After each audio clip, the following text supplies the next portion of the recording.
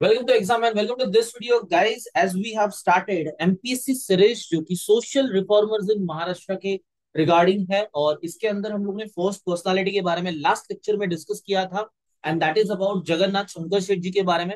And हम सबको पता है कि ये सीरीज जो है वो बाइलैंग्वेज सीरीज रहने वाली है, और इसके अंदर हम लोग हिंदी एंड मराठी दोनों लैंग्वेज में डिस्कशन करने वाले हैं एंड इन रिफॉर्मर्स के बारे में सीखने वाले हैं। तो गाइस, अगर आप एमपीएससी दे रहे हो और एमपीएससी ग्रुप बी या सी कोई भी दे रहे हो तो ये वीडियो आपके लिए होगा। Stay tuned to the last of the video, video को स्किप मत करना, पूरा वीडियो देखना। बहुत सारी इंपॉर्टेंट इन्फॉर्मेशन जो है हम लोग यहाँ पर डिस्कशन करने वाले हैं। चैनल पे नए हो तो चैनल को सब्सक्राइब कर दो एंड इस वीडियो को शेयर कर देना, ठीक है। चलो आगे बढ़ते हैं। नाउ इस वीडियो में हम लोग जो बात करेंगे उन पर्सनालिटी का नाम है आचार्य बाल शास्त्री जांभेकर जी। और गाइस, आपसे एक रिक्वेस्ट है कि ये वीडियो को ज्यादा से ज्यादा शेयर कीजिए, क्योंकि this is a kind initiative from my side to for those video those students जो कि प्रिपरेशन ऑन ओन कर रहे हैं, जिनके पास इतना बजट नहीं है, they can afford, they can't afford those kind of classes जहां पे बहुत ज्यादा पैसा पे करना पड़े। तो गाइज, मेरे साथ आप उनको भी सपोर्ट कीजिएगा और ये वीडियो को शेयर कर दीजिएगा, ठीक है। चलो आगे बढ़ते हैं। हाँ, अभी बात करें आचार्य बाल शास्त्री जांभेकर जी के बारे में, तो जब भी इनके बारे में बात करोगे हमेशा एक पर्सनालिटी की याद आएगी, दैट इज जगन्नाथ शंकर शेठ जी की। और वो हमेशा ही मतलब बहुत ज्यादा इंपॉर्टेंट रोल प्ले करते हैं व्हेन इट कम्स टू जाम्भेकर जी का जो भी सोशल रिफॉर्म हो, मतलब जो भी इनका जो पार्ट है सोशल रिफॉर्म्स करने में महाराष्ट्र में, तो उनसे जो बहुत ज्यादा रिलेट करते हैं वो है जगन्नाथ शंकर शेठ जी। चलो आगे बढ़ते हैं। नेक्स्ट बात करेंगे इनकी बेसिक इन्फॉर्मेशन के बारे में, म्हणजेच यांच्या मूळ मूळ माहितीबद्दल आपण डिस्कशन करणार आहोत। आणि एक गोष्ट नेहमी लक्षात ठेवा, जेव्हा पण आपण जांभेकरांबद्दल बोलू त्यावेळेला तुम्हाला जगन्नाथ शंकर शेठ जी बद्दल माहिती असणं गरजेचं आहे। सो गाइज, आपको वो वीडियो देखना होगा तो पहले जाके वो वीडियो एक बार देख लेना। मैं आई कार्ड में यहाँ पर जो है वो लिंक दे दूंगा, तो जाके वो वीडियो एक बार चेक कर लेना। वो वीडियो देखने के बाद ही ये वीडियो स्टार्ट करना, उससे पहले ये वीडियो स्टार्ट मत करना, कोई लिंक नहीं बैठेगी। बहुत सारी चीजें ऐसी होगी जो वहां से रिलेट करती है एंड यू कांट अंडरस्टैंड अगर आप वीडियो नहीं देखोगे। चलो नाउ डिस्कस। अभी इनका जो लाइफ स्पॅन है, यांचा जो कार्यकाल आहे तो कार्यकाल स्टार्ट होतो फ्रॉम 6 जानेवारी 1812 से लेके 17 मे 1846 कुठून स्टार्ट होतोय? 6 जानेवारी 1812 पासून ते 17 मे 1846 पर्यंत आहे। त्याच्यानंतर यांचा जो जन्मगाव आहे ते जन्मगाव आहे पोंबुर्ले, तालुका राजापूर, जिल्हा रत्नागिरी। इनका जो बर्थ प्लेस है वो है पोंबुर्ले, तालुका राजपुर एंड डिस्ट्रिक्ट रत्नागिरी है। देन बात करेंगे इनको किस तरीके से रिकॉग्नाइज किया जाता था। गाइज, यहाँ पर मैं आपको एक क्वेश्चन पूछना चाहूंगा। जगन्नाथ शंकर शेठ जी जो थे उनको किस नाम से रिकॉग्नाइज किया जाता था, वो आप मुझे कमेंट बॉक्स में बताइएगा। यहाँ पर इनको जो रिकॉग्नाइज किया जा रहा है वो है फादर ऑफ मराठी जर्नलिज्म। तो definitely father of Marathi journalism बोला है तो इनका बहुत ज्यादा रिलेशन होगा न्यूजपेपर से, राइट। यांचा जो यांना जी ओळख होती, यांची जी ओळख होती ती होती मराठी वृत्तपत्रांचे जनक। म्हणजेच काय, तर यांचा जो खूप मोठा कार्यकाळ आहे किंवा यांची जे कार्य आहे, यांनी जी समाजसेवा केलेली आहे ती वृत्तपत्रांद्वारे जास्त केलेली असणार। आणि यांनी लोकांमध्ये जी जागरूकता आणली ती वृत्तपत्रांद्वारे आणली आणि यांचा त्याच्यामध्ये खूप मोठा रोल होता। नाउ बात करेंगे आगे। Now known as Bal Brihaspati due to his early mastery of scriptures. Guys, इन्होंने बहुत पहले से ही, मतलब बहुत जल्दी, अपने एज के बहुत जल्दी, बहुत बचपन में ही इन्होंने जो है स्क्रिप्चर्स पढ़ना शुरू किया था, और बहुत सारी चीजें इन्होंने बचपन में ही सीख ली थी। और जैसे कि बात करेंगे यहाँ पर उनको बोला जाता था बाल बृहस्पति, यांची ओळख जी होती थी बाल बृहस्पति म्हणून होत होती ना। इन्होंने बालबोध, गीता पठन, मतलब भगवत गीता रीड करना, बालबोध रीड पढ़ना, देन लघु कौमुदी और पंच महाकाव्यांचा अभ्यास। तो ये सारी जो स्टडी उन्होंने की थी वो बचपन से ही करते आ रहे थे, तो उसी वजह से उनको जो है यहाँ पर बोला जाता था बाल बृहस्पति। तो ध्यान रखिएगा गाइज, इनके पास दो इंपॉर्टेंट रिकॉग्निशन है। First is father of Marathi journalism, which is moreover related to the newspapers and taking those uprising from the newspapers। And on the other hand इनको जो है बाल बृहस्पति भी बोला जाता था, बिकॉज बहुत बचपन से ही इन्होंने स्क्रिप्चर्स पढ़ना शुरू किया था, और उसकी वजह से बहुत अर्ली एज में इन्होंने मास्टरी कर ली थी ऑफ दी स्क्रिप्चर्स। तो गाइस ध्यान रखिएगा। और यहाँ पर हाँ, मैं बोलूंगा ये जो है जर्नलिज्म के बारे में ये एक 5 स्टार इन्फॉर्मेशन है, तो kindly note this in your note, ठीक है। चलो आगे बढ़ते हैं। अब आगे बढ़ने के बाद हम लोग को पहले दिखाई देगा कि इनका एक टाइटल था। इनको टाइटल दिया जाता था जस्टिस ऑफ पीस। अब मुझे बताइएगा कि वहां पर जगन्नाथ शंकर जेठ जी को कौन से 3 टाइटल दिए गए थे, ठीक है। मैं आपको एक हिंट देना चाहूंगा, उनको first member of different to institutions बोला जाता था। वो फर्स्ट मेंबर कहाँ कहाँ थे वो आप मुझे कमेंट बॉक्स में यहाँ पर बताइएगा। अच्छा, यहाँ पर जांभेकर जी को क्या बोला जा रहा है? Justice of the peace. इनको क्या टाइटल दिया गया है? Justice of the peace. यांना काय टायटल दिला गेलेला आहे? Justice of the peace. Guys, मराठीमध्ये टायटलचा अर्थ काय असतो? पदवी. तर तुम्हाला ज्या वेळेला विचारलं जाईल आणि जर तुम्ही रीड करणार असाल तर टायटलचा अर्थ काय असणार? पदवी. आणि हा त्या ठिकाणी जस्टिस ऑफ द पीसच तुम्हाला लिहिलेलं मिळेल. आणि जर यदा कदा काही वेगळं मिळालं तर काही नाही मिळणार. जस्टिसच्या ठिकाणी जे आहे तो न्याय मिळेल आणि पीसच्या ठिकाणी आहे ती शांतता. सो सिंपल आहे, तुम्हाला जास्त स्ट्रेस घेण्याची गरज नाहीये, शब्दांचा जास्त शब्दार्थ काढण्याची गरज नाहीये. ऍज इट इज तुम्ही जर रीड केलं तरी इनफ आहे. Then moving ahead, pioneer of women's education in Maharashtra. ते जे होते ते त्यांना एक तरीकेने त्यांना पुरस्कृत केलं गेलं होतं, त्यांना पुरस्कार दिला गेला होता, बिकॉज त्यांनी जे आहे शिक्षण म्हणजे स्त्रीचं जे शिक्षण होतं त्याच्यामध्ये खूप लवकर त्यांनी पाऊल उचललं होतं. आणि उनका जो बहुत ज्यादा रोल था ना, वो वुमेन्स एजुकेशन की तरफ बहुत ज्यादा था। बेसिकली इन महाराष्ट्र उन्होंने बहुत ज्यादा जो है अपना जो काम था और अपना जो रिफॉर्म्स थे, अपने जो रिफॉर्म्स थे वो उन्होंने वुमेन्स एजुकेशन के पार्ट पे बहुत ज्यादा किए हुए थे। तो उनको जो बोला जाता था वो बोला जाता pioneer of the women's education in Maharashtra basically. Now next, first social reformer of Maharashtra, he is the first social reformer of Maharashtra. अब यहाँ पर ध्यान रखिएगा, यहाँ पर फर्स्ट सोशल रिफॉर्मर बोला जा रहा है, तो फर्स्ट सोशल रिफॉर्मर को यहाँ पर दूसरा नाम यहाँ बोला जाएगा, दैट इज समाज प्रबोधनकार। तो ये रिफॉर्मर, और देखो समाज सेवक भी होता है और एक समाज प्रबोधनकर भी होते हैं। अब ये प्रबोधनकर कौन होते हैं? जो कि सोशली बहुत ज्यादा different kind of messages provide करते हैं, दोज टू अपराइज, लाइक आप जो है ना इम्प्रूवमेंट लाने के लिए कोशिश करते हैं। तो हमेशा इनके पास से जो इन्फॉर्मेशन प्रोवाइड होती है टू द सोसाइटी, वो अपराइज खड़ा करने के लिए या फिर अपराइज करने के लिए होती है। तो आपका ध्यान यहाँ होना चाहिए कि इनको फर्स्ट सोशल रिफॉर्मर इस कॉन्टेक्स्ट में बोला जा रहा है कि ये लोगों तक जो है वो बहुत इंपॉर्टेंट इंफॉर्मेशन या वो जो अपराइजिंग की जो उनके अंदर फीलिंग है ना, वो क्रिएट करने में इनका बहुत बड़ा रोल था। देन बात करेंगे लैंग्वेजेस में, इनको कौन सी लैंग्वेज आती थी? गाइस, यहाँ पे आप रिलेट कर सकते हो कि इनको स्क्रिप्चर्स बहुत ज्यादा पढ़ने की आदत थी, स्क्रिप्चर्स जो है बहुत ज्यादा इनको पता थे। तो ये दोनों पॉइंट आप कोरिलेट कर सकते हो। गाइस लक्षात ठेवा, या ठिकाणी त्यांना जी आहे ती गीता वाचणं किंवा त्यांना वेगवेगळे स्क्रिप्चर्स वाचण्याची खूप जास्त आवड होती आणि लहानपणापासून ते वाचत होते। त्यामुळे इकडे त्यांची भाषा जी असणार ती जास्त वाईड व्हरायटीमध्ये असणार, त्यांना भाषेचं ज्ञान खूप जास्त आहे आणि खूप चांगल्या प्रकारे आहे। हे दोन्ही पॉइंट तुम्ही रिलेट करून लक्षात ठेवू शकता। Now languages known, Sanskrit definitely, अगर ये गीता रीड करे, भगवत गीता रीड करे, that mean Sanskrit should be his language. And then Marathi, English and Kannada, Gujarati, Bengali and Persian. त्यांच्याकडे किती लँग्वेज होत्या? In total 6 languages are there, no 7 languages are there by the way. Sanskrit, English, Marathi, Kannada, Gujarati, Bengali and Persian. बघा, मराठी असून सुद्धा त्यांच्याकडे एवढ्या सगळ्या लँग्वेज होत्या। गाइज इट्स लाइक इन्स्पिरेशन, तुम्ही इन्स्पिरेशन घेऊ शकता, स्टार्ट करा रीडिंग करणं, खूप इंपॉर्टंट आहे। चलो, हाँ अगेन इफ आई से कि यहाँ पर अगर 5 स्टार इन्फॉर्मेशन बोलनी हो तो that is first reformer of the Maharashtra. आणि मराठी मुलांनी लक्षात ठेवा की इथे समाज प्रबोधनकार हा शब्द वापरला गेलेला आहे, समाजसेवक म्हणून वापरला गेलेला नाहीये। जर क्वेश्चन विचारला गेला तर तुम्हाला ह्या शब्दांमध्ये लक्ष ठेवायचं। Then I would say again justice of the peace, this is also again the 5 star information that you should know about, because यहाँ पर भी क्वेश्चन आने के बहुत ज्यादा चांसेस बनते हैं और आपको यहाँ पे ध्यान रखना होगा। चलो आगे बढ़ते हैं, नेक्स्ट क्वेश्चन की बात करेंगे, नेक्स्ट इन्फॉर्मेशन की बात करेंगे by the way. Then studied mathematics and astronomy under the professor Elderban. अभी एल्डरबान जो थे इनके जो है टीचर थे, in what studied the mathematics and astronomy. Mathematics और एस्ट्रोनॉमी सिखाने के लिए इनके जो टीचर थे वो कौन थे? प्रोफेसर एल्डरबान। याद रखिएगा, मराठी मुलांनी लक्षात ठेवा, प्रोफेसर एल्डरबर्न जे होते ते ह्यांना गणित आणि ज्योतिषी विज्ञान शिकवायचे, तो त्याच्याबद्दल तुम्हाला माहिती पाहिजे।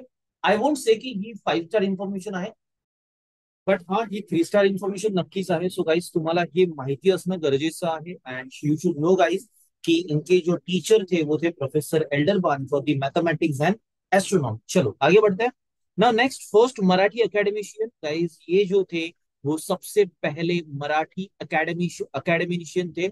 एंड अकेडमिशियन का मतलब होता है कि शिक्षण जो सिखाने वाले जो होते हैं ना, उनके ऊपर जो बैठे होते, जो लीडर्स बैठे होते, जो उनको हैंडल करते हैं, मॉनिटर करते हैं, तो वो होते हैं अकेडमिशियन। ठीक है, तो हे जे होते ते शिक्षणाधिकारी होते आणि पहिले मराठी शिक्षणाधिकारी होते। ठीक है, चलो आगे बढ़ते हैं, नेक्स्ट बात करेंगे अगेन गाइस, ये शिक्षणाधिकारी और जो अकेडमिशियन का जो पॉइंट था, this also having the 5 star.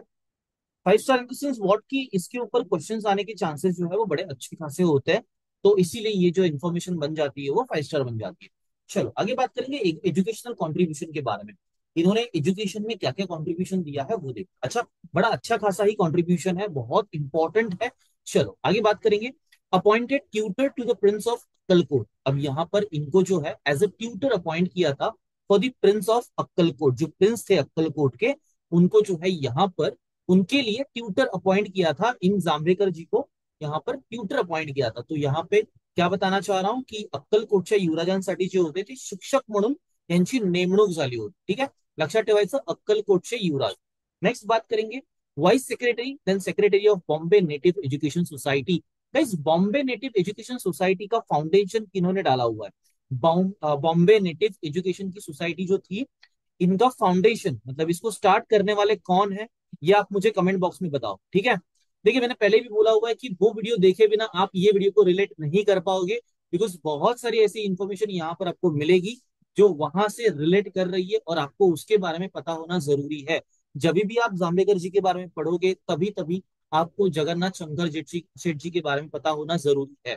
चलो, हा, तर मी इकडे हे सांगत होतो की बॉम्बे नेटिव्ह एज्युकेशन सोसायटीचे जे व्हाईस सेक्रेटरी होते आणि त्याच्यानंतर जे सेक्रेटरी झाले ते कोण होते? जांभेकर। जांभेकर कोण होते?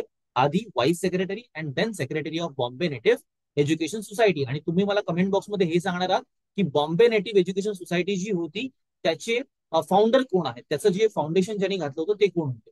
Next, first assistant professor of mathematics eight Elphinstone college. Again same same question guys, आपके लिए यही क्वेश्चन बना रहेगा कि एल्फिस्टन कॉलेज जो था वो इसका फाउंडेशन था या फिर ये जो है कहाँ से डिराइव होता है, ये कॉलेज इसके पहले क्या था? आप मुझे कमेंट बॉक्स में ये सारी चीजें बताओ।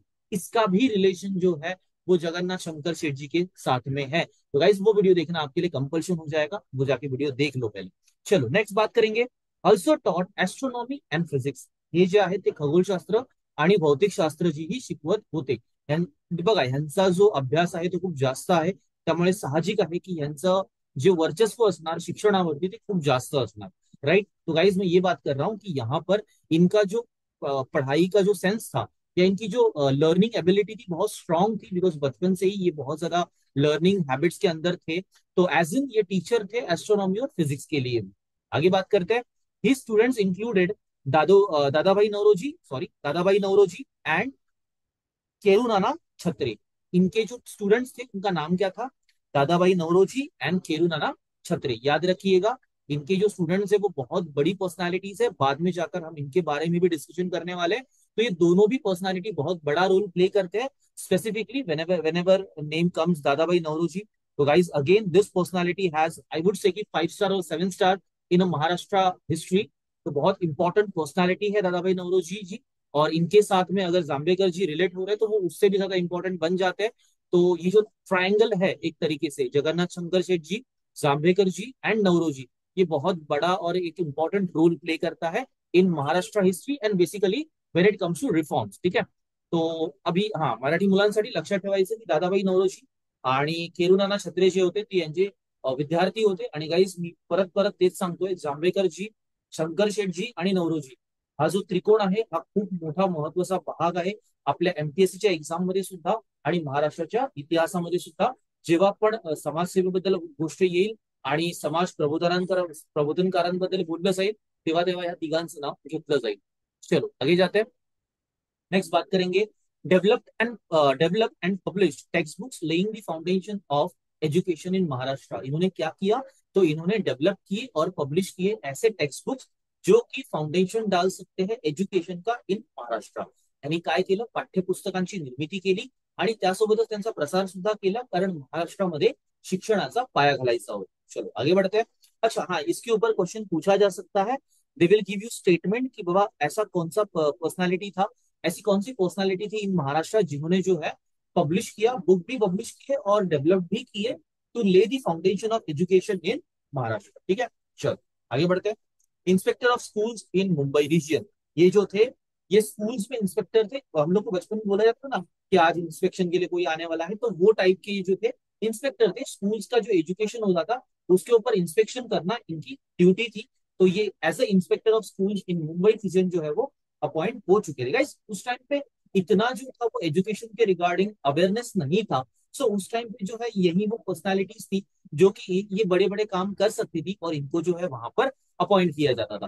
तो गाईज मैं ये बोल रहा था मराठी मुलांसाठी की हे जे मुंबई इलाक्यामध्ये जे होते शाळेमध्ये इन्स्पेक्टर होते। लहानपणी आपण शाळेमध्ये ऐकायचो ना की आज इन्स्पेक्शनसाठी कोणीतरी येणार आहे। सो सगळ्या विद्यार्थ्यांनी वर्गामध्ये नीट बसा आणि शिस्त पाळा वगैरे वगैरे। सो त्या टाईपचं त्या काळामध्ये असं कोणी शिक्षणामध्ये खूप जास्त महारत नव्हती कोणाकडे। सो त्यामुळे ह्या ज्या मोठ्या मोठ्या पर्सनॅलिटी होत्या त्यांच्याकडे ह्या सगळ्या गोष्टी येत होत्या आणि त्यांची ती जबाबदारी होती। नेक्स्ट आगे बात करेंगे एडवोकेट ऑफ इंग्लिश एज्युकेशन। ते कोण होते? इंग्लिश शिक्षणाचे समर्थक गाइस। इंग्लिश इंग्लिश या इंग्रजी जो लैंग्वेज थी ना, अंग्रेज जो लैंग्वेज थी उसको जो एक तरीके से सपोर्ट करना आई वुड से, और उसमें से पढ़ाई करने के बारे में जो थी वो जाम्बेकर जी का बहुत ज्यादा एक सपोर्ट था उसके लिए। इंग्लिश लैंग्वेज के लिए बहुत ज्यादा सपोर्ट करते थे, but as in not in language, वो उसको सीखने के तौर पर, मतलब उससे एजुकेशन लो इसका जो था वो बहुत बड़ा सपोर्ट करते थे। Then director of Colaba observatory and member of Bombay court jury. हाँ, यहाँ पर कोलाबा ऑब्जर्वेटरी के बारे में तो इतना ज्यादा इंपॉर्टेंस नहीं होगा, बट ध्यान रखिएगा member of Bombay court jury ये इंपॉर्टेंट पॉइंट हो जाएगा। आई वुड से कि this would be the 5 star information for you. And ये जो है ये 3 स्टार है, एक बार जरूर पढ़ लेना जिससे कि आपको कहीं अगर पूछ लिया जाए तो याद रहेगा। इन वर्स्ट के सिनारियो क्वेश्चन को डिफिकल्ट बनाने के लिए वो दोनों भी पूछ लेंगे, आप थोड़ा केयरफुल रहना हो, ठीक है। चलो आगे बढ़ते हैं। नेक्स्ट बात करेंगे यहाँ पर जर्नलिज्म के बारे में। अब इनको तो बोला जाता था कि फादर ऑफ जर्नलिज्म। तो गाइस इसके अंदर इनका जो कंट्रीब्यूशन होगा वो बहुत बड़ा कंट्रीब्यूशन होगा, और इसके रिगार्डिंग जो क्वेश्चन होंगे वो मोस्टली जाम्बेकर जी के ऊपर ही होंगे। इट मीन्स जर्नलिज्म एंड जाम्बेकर जी, ये क्वेश्चन का जो एक कॉम्बिनेशन है वो हमेशा एमपीएससी के एग्जाम में बना रहेगा। तो गाइस मराठी मुलांसाठी लक्षात ठेवायचं की वृत्तपत्रकारिता आणि जांभेकर यांचा खूप मोठा संबंध आहे। सो जेव्हा पण तुम्हाला प्रश्न विचारले जाणार तर हे दोन्ही जे संबंधित गोष्टी आहेत जांभेकर आणि वृत्तपत्रकारिता हे एकत्र येणारच आहेत एमपीएससी मध्ये, ठीक आहे। चलो बात करेंगे 6 जानेवारी 1832, 6 जानेवारी 1832 सर्वात पहिल्यांदा यांनी दर्पण नावाचे मराठी वृत्तपत्र सुरू केले। दर्पण वृत्तपत्र कोणी सुरू केले? आचार्य बाळशास्त्री जांभेकर जी। अच्छा ध्यान रखिएगा कि जांभेकर जी ने सबसे पहला जो था मराठी न्यूज़पेपर निकाला था, and that Marathi newspaper has named as Darpan. क्या नाम था उसका? दर्पण, ध्यान रखिए। अच्छा ये भी एक जो है 5 स्टार इन्फॉर्मेशन है guys. I am sorry to say but यहाँ पर बहुत सारी 5 स्टार इन्फॉर्मेशन होने वाली है, तो आपके नोट जो है बहुत अच्छे खासे बनने वाले हैं, और यहाँ पर मुझे बार बार यही पॉइंट बोलना पड़ेगा। चलो आगे बढ़ते हैं। बिकेम अ वीकली इन अ मे 1832। तो यही जो है आगे जाके वीकली मैगजीन बन गई। दर्पण जो है आगे जाके वीकली मैगजीन बन गई। आई वुड से if I am not wrong ये आज भी जो है वो न्यूज़पेपर की दुकान पे मिळती आहे मोस्टली, और यही जो है वो ह्यालाच जे आहे ते नंतर साप्ताहिक बनवलं गेलं। आणि साप्ताहिक कधीपासून झाला तो? मे 1832 गाइस। यहाँ ठिकाणी तुम्हाला जांभेकर मतलब यहाँ पे जांभेकर जी के रिलेशन में ये नहीं पूछा जाएगा, बट उल्टा आपको ये मंथ एंड ईयर के कॉन्टेक्स्ट में पूछा जा सकता है, तो थोड़ा सा ध्यान रखिएगा इसके बारे में, ठीक है। Then Darpan was the first bilingual newspaper English and Marathi in India. ध्यान रखिएगा महाराष्ट्र में ये फर्स्ट मराठी न्यूज़पेपर था, बट इन इंडियन कॉन्टेक्स्ट मतलब नेशन वाइड कॉन्टेक्स्ट में जो था ये first English and Marathi having a bilingual factor जो था वो फर्स्ट ऐसा न्यूजपेपर था इन इंडिया, ठीक है। इंडियाच्या कॉन्टेक्स्ट मध्ये म्हणजे म्हणजे भारताच्या कॉन्टेक्स्ट मध्ये जर तुम्ही बोलाल, राष्ट्रीय कॉन्टेक्स्ट मध्ये जर तुम्ही बोलाल तर हा पेपर जो होता तो द्विभाषीय होता, म्हणजे 2 भाषांमध्ये होता, इंग्रजी आणि मराठी। पण फक्त महाराष्ट्रामध्ये म्हणाल तर हा फक्त आणि फक्त एक पहिला न्यूजपेपर होता जो मराठीमध्ये आला होता, ठीक आहे, लक्षात ठेवायचं। आणि दोन्ही पण कॉन्टेक्स्ट मध्ये लक्षात ठेवा की महाराष्ट्रामध्ये फक्त मराठी, इंडियामध्ये मराठी आणि इंग्लिश द्विभाषीय दोन्हीकडे हा सर्वात पहिला है। चलो आगे बढ़ते हैं। नेक्स्ट बात करेंगे अगेन जर्नलिज्म, क्योंकि पूरा पार्ट तो बहुत लंबा है इसका। देन इंग्लिश एडिटर, इनके जो इंग्लिश एडिटर थे इनके न्यूज़पेपर के वो कौन थे? जांभेकर जी खुद थे। एंड ऑफ कोर्स यार वो इंग्लिश को प्रमोट कर रहे थे फॉर एजुकेशन, तो वही करेंगे। एंड देन मराठी संपादक जो थे वहां पर वो थे रघुनाथ हरिद्र व भाऊ महाजन। यहाँ पर लक्षात ठेवायचं ह्या ठिकाणी की इंग्लिशमध्ये जे एडिटर होते ते जांभेकर होते, कारण त्यांचा स्वतःचा सपोर्ट होता इंग्लिशमध्ये शिक्षण घेण्यामध्ये। तो स्वाभाविक आहे की त्यांनीच ती इंग्लिश एडिटिंग केलेली असणार, इंग्लिश एडिटर तेच असणार। आणि then मराठी संपादक जे होते ते रघुनाथ हरिद्र व भाऊ महाजन होते। आणि हा याच्यामध्ये भाऊ महाजन सुद्धा तुम्हाला या व्हिडिओज मध्ये मिळणार आहे, या सिरीज मध्ये मिळणार आहे गाईज। आणि हा तुम्ही ह्या इथपर्यंत जर व्हिडिओ बघितला असेल तर एकदा लाईक करा, अगर यहाँ तक आप वीडियो देख रहे हो और आपने अगर इतना इन्फॉर्मेशन सीखा है तो गाइस एक बार लाइक कर दो यार। लाइक करोगे तो उतना ही ये जो है ज्यादा से ज्यादा ट्रेंड होगा और ज्यादा से ज्यादा लोगों तक पहुंचेगा और बहुत सारे स्टूडेंट्स जो इससे बेनिफिट ले पाएंगे। चलो आगे बढ़ते हैं। Again this would be the important information. ये जो इंग्लिश एडिटर वाला पार्ट है ना वो इंपॉर्टेंट हो जाएगा, ठीक है, थोड़ा सा ध्यान रखिएगा। Supported by Bhau Mahajan and published at messenger press. यहाँ पर जो है पहले जो इनको सपोर्ट मिला, उस न्यूज़पेपर को सपोर्ट मिला, इट इज फ्रॉम बाहु महाजन, ठीक है। एंड देन इसको पब्लिश किया गया at a messenger press. Messenger press में जो है इसको पब्लिश किया गया था। ह्याला पब्लिश कुठे केलं गेलं म्हणजे ह्याला प्रसारित कुठे केलं गेलं तर मेसेंजर प्रेसद्वारे प्रसारित केलं गेलं आणि बाहु महाजन यांनी जे आहे याच्याबद्दल सपोर्ट केला होता, ठीक आहे। छपाईचं जे काम होतं, पब्लिशिंगचं जे काम होतं छपाईचं, ते कुठून केलं गेलं, मैसेंजर प्रेस कडून केलं गेलं। देन प्रिंटेड बाय कवासजी कारसेजी, मतलब ये पारसी पारसी जेंटलमैन थे, ठीक है, फॉर रघुनाथ हरिद्र जी, ठीक है। अब यहाँ पर ध्यान रखिएगा कि इनकी जो प्रिंटिंग थी म्हणजे यांची जी प्रिंटिंग होती ती पारशी गृहस्थ कावसजी करसेजी यांनी केली होती आणि रघुनाथ हरिद्रजी यांच्यासाठी त्यांनी ते छापलं होतं। म्हणजे एका पद्धतीने मी हे म्हणेन की जे रघुनाथ हरिद्रजी होते त्यांच्या सपोर्टसाठी कारसेजींनी जे होतं ते पेपर जो होता तो छापून दिला होता, त्याच्यामुळे त्यांच्या सपोर्टसाठी कावासजीने जे आहे ती हेल्प केली होती। Now final issue of a दर्पण इज ऑन वॉज ऑन 26 जून 1840। इसका जो फाइनल इश्यू हुआ था, मतलब जो लास्ट इश्यू किया गया था, दैट वाज ऑन 26 जून 1840। तो ये भी एक इंपॉर्टेंट हो जाएगा, फेयरवेल एडिटोरियल होगा ये। और अगर डिफिकल्ट क्वेश्चन पूछना है उनको, मॉडरेट टू डिफिकल्ट क्वेश्चन पूछना है तो डेफिनेटली ये पॉइंट आपके लिए 5 स्टार इन्फॉर्मेशन बन जाती है गाइस। लक्षात ठेवायचं की 26 जून 1840 जो होता तो त्या शेवटचा एक मी म्हणेन की अंक होता, कारण लक्षात घ्या की ही आता ही साप्ताहिक म्हणून पब्लिश होत आहे। या ठिकाणी ही साप्ताहिक म्हणून पब्लिश होत आहे। सो तुम्हाला काळजी घ्यायची आहे की या ठिकाणी आपण जे म्हणजे क्वेश्चन जो वाचत आहात त्याच्याप्रमाणे लक्षात ठेवायचं की साप्ताहिक म्हणून जो अंक अंतिम अंक होता तो 26 जून 1840 रोजी या लोकांनी प्रसिद्ध केला होता, ठीक है। चलो आगे बात करते हैं। Letter wrote for the literary chronicle and Bombay gazette, यानी बॉम्बे गॅजेट साठी पण लिहिलेलं आहे आणि लिटररी क्रॉनिकल म्हणून जी साप्ताहिक निघत होती किंवा मॅगझिन निघत होती त्याच्यासाठी सुद्धा हे जे आहे ते एक रायटर होते, जांभेकरजी त्याच्यामध्ये राइटिंग करत होते। चलो आगे बढ़ते हैं। नेक्स्ट बात करेंगे पब्लिकेशन एंड लिटरेचर के बारे में। तो आता पुढे आपण बोलूया ग्रंथ संपदांबद्दल, यानी ग्रंथ संपदेबद्दल यांचा खूप जास्त एक यांच्या लाईफमध्ये जो आहे खूप मोठा रोल आहे पब्लिकेशन आणि लिटरेचरचा। ऍज वी नो की he is a master of scriptures, so basically याचा रोल तर त्यांच्यामध्ये असूनच त्यांच्या लाईफमध्ये। दिग्दर्शन दिग्दर्शन इज इन 1840, ठीक है। Then educational monthly magazine, educational monthly magazine शैक्षणिक मासिक जो था वो इनका एक पार्ट ऑफ द लिटरेचर था।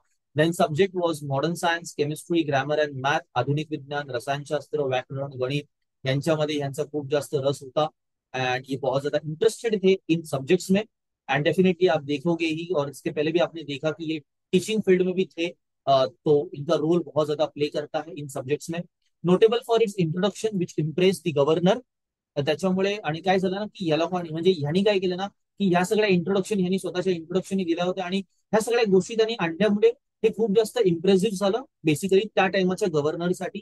आप मुझे बताइएगा कि उस टाइम पे गवर्नर कौन थे। वैसे यहाँ पे स्लाइड पे लिखा हुआ है तो कमेंट बॉक्स में एक बार लिख दीजिएगा। In 1840 awarded the title justice of peace by the governor sir James Carnac. त्यावेळेला गव्हर्नर कोण होते, जेम्स कार्नॅक। तर असंही विचारलं जाऊ शकतं की at the time of governor sir James Carnac who was awarded title as Justice of the Peace, तो it means answer would be Acharya Balshastri Jambhekar. तो ध्यान रखिएगा गाइज, असं पण क्वेश्चन विचारला जाऊ शकतो की ज्या टायमाला जेम्स कार्नॅक जे होते ते गव्हर्नर होते त्या टायमाला कुणाला टायटल दिला गेला होता justice of the peace. So याचा आन्सर काय होईल, त्याचं उत्तर काय होईल, Acharya Balshastri Jambhekar. So again this statement would have 5 star, yes definitely याचा जो आहे तो 5 स्टार होईल आणि ही इन्फॉर्मेशन इंपॉर्टेंट होईल, नोट करून गया। आगे बात करेंगे स्पेसिफिकली ग्रंथ संपदा लिटरेरी वर्क्स के बारे में इनके बात करेंगे। गाइस यहाँ पर हम लोगों ने इसके पहले भी लिटरेरी वर्क के बारे में पढ़ा था, बट यहाँ पर मैंने एक स्पेसिफिक लिस्ट बनाई है जो जिसके अंदर इनका एक बहुत बड़ा जो है रोल है। इन्होंने बहुत बड़ा वहां पर वर्क किया हुआ है एंड दैट इज व्हाट की इंग्लैंड देशाची खबर, that is news of England. जो इन्होंने मतलब यहाँ पे इस लिटरेरी वर्क में इन्होंने बड़ा काम किया, इन्होंने जो है बहुत बड़ी राइटिंग की हुई है। देन ज्योतिष विद्या सारसंग्रह यांनी जे आहे ते ज्योतिष विद्या सारसंग्रह लिहिलेला होता, summary of astrology basically. Then Niti Katha, इन्होंने बहुत ज्यादा मोरल स्टोरीज वगैरह लिखी हुई है। हिंदुस्तान का इतिहास, हिस्ट्री ऑफ हिंदुस्तान, इन्होंने ये लिटरेरी वर्क पे काम किया हुआ है। संध्यचे भाषांतर, translation of Sandhya. Then Hindustan का प्राचीन इतिहास, guys ancient history of Hindustan, ये भी इनका एक फेमस लिटरेरी वर्क है। देन हिंदुस्थानातील इंग्रजी राज्यांचा इतिहास, that is history of English rule in Hindustan. And Dnyaneshwari शुनलब्धी, दैट मीन्स ज्ञानेश्वरी शुनलब्धी। तो यहाँ पर गाइस इनके जो लिटरेरी वर्क्स थे वो बहुत ज्यादा एक्सटेंसिव लेवल पे थे। As we know he has a mastery of scriptures, so basically उनके पास बहुत ज्यादा कुछ है, और बहुत कुछ है उनके पास। लिटरेरी नॉलेज बहुत अच्छा है, और वही लिटरेरी नॉलेज हमें यहाँ पर दिखाई दे। आणि गाईज अगेन, जर तुम्ही चॅनलवरती नवीन असाल आणि फर्स्ट टाइम तुम्ही व्हिडिओ बघत असाल, चॅनलला सबस्क्राईब करा। आणि जे कोणी परत एकदा या चॅनलवरती आलेले आहेत आणि तो पहिला व्हिडिओ बघितलाय त्यावेळेला सबस्क्राईब केलं नसेल तर आता तरी सबस्क्राईब करा गाईज, कारण असे लेक्चर अजून येणार आहेत आणि एमपीएससी पूर्ण सिरीज यावर येणार आहे। ही एव्हरग्रीन सिरीज आहे गाईज, तुम्ही कधीही एमपीएससी द्या, तुम्हाला हा व्हिडिओ जो आहे, तुम्हाला हे जे व्हिडिओज आहेत ते हेल्प करणारच आहेत गाइज। ये एवरग्रीन वीडियोस है, एवरग्रीन लेक्चर्स है, एमपीएससी के लिए ये हमेशा इंपॉर्टेंट रहेंगे, आज भी और कल भी। तो गाइज चैनल को सब्सक्राइब कीजिए, ये वीडियोस आपके लिए हमेशा इंपॉर्टेंट बने रहेंगे, और वीडियो को लाइक कर देना, ठीक है। चलो, अब वुमेन्स एजुकेशन एंड रिफॉर्म, स्त्री शिक्षण आणि समाज सुधारणा, इनका जो था वुमेन्स एजुकेशन के अंदर जो क्या रोल था और इन्होंने क्या चेंजेस किए, क्या रिफॉर्म किए, वो हम डिस्कस कर रहे थे।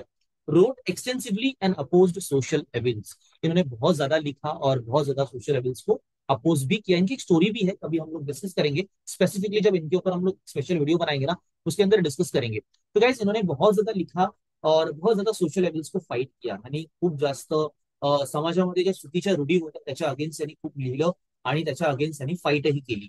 Child marriage, sati and opposition to widow remarriage, हे सर्वात मोठा त्यांचा एक जो आहे तो कॉन्ट्रीब्युशन आहे।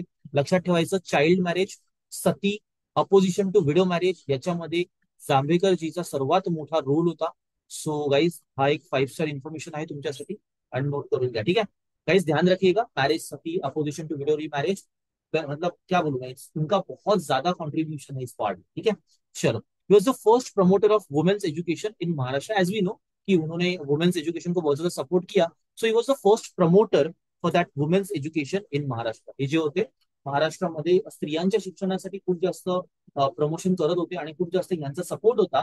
आणि त्या ठिकाणी हे जे आहे ते प्रथम व्यक्ती होते ज्यांनी स्त्रियांच्या शिक्षणाबद्दल खूप जास्त सपोर्ट केला महाराष्ट्रामध्ये।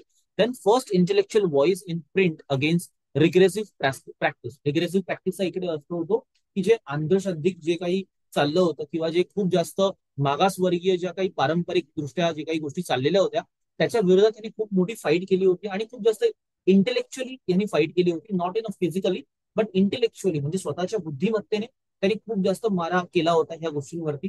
गाइस मैं ये बात कर रहा हूँ कि इन्होंने जो थे वो बैकवर्ड जो जो एक रिचुअल्स चलती आ रही थी, जैसे कि सती था, रीमैरिज था, विडो रीमैरिज था, देन चाइल्ड मैरिज, तो इसके रिगार्डिंग इन्होंने इंटेलेक्चुअली बहुत ज्यादा फाइट की थी, not in physical but intellectual way में ये बहुत ज्यादा फाइट करते थे। देन बाल विवाह, पुनर्विवाह, सती प्रथा या विरुद्ध प्रथम लेखन करणारे समाज सुधारक। तो ये जो थे वो फर्स्ट ऐसे रिफॉर्मर थे जिन्होंने बाल विवाह, पुनर्विवाह, सती प्रथा के बारे में लिखा था। So guys this was of the important information of the Acharya Bal Shastri Jambhekar. I hope आप लोगों ने वीडियो को पूरा देखा होगा, ध्यान से देखा होगा। बहुत सारी इंपॉर्टेंट इन्फॉर्मेशन जो है वो हम लोगों ने इस वीडियो में देखी है। एंड गाइज अब मैं वापस से आपको याद दिला रहा हूँ, चैनल को सब्सक्राइब कर दो, वीडियो को शेयर कर दो, चैनल को शेयर कर दो, ठीक है। और कमेंट में मुझे बताना अगर आपको कोई भी इंप्रूवमेंट चाहिए, कोई भी इंफॉर्मेशन यहाँ पे मिस हुई हो, एट एनी हाउ आपको अगर कोई भी एडवाइस देना है, कोई सजेशन देना है, आप कमेंट बॉक्स में बता सकते हो, ठीक है। और guys again I request you to subscribe this channel and share this video, not for me but for those students जो कि यहाँ पर प्रिपरेशन कर रहे हैं और उनको हेल्प चाहिए। Thank you for watching the video.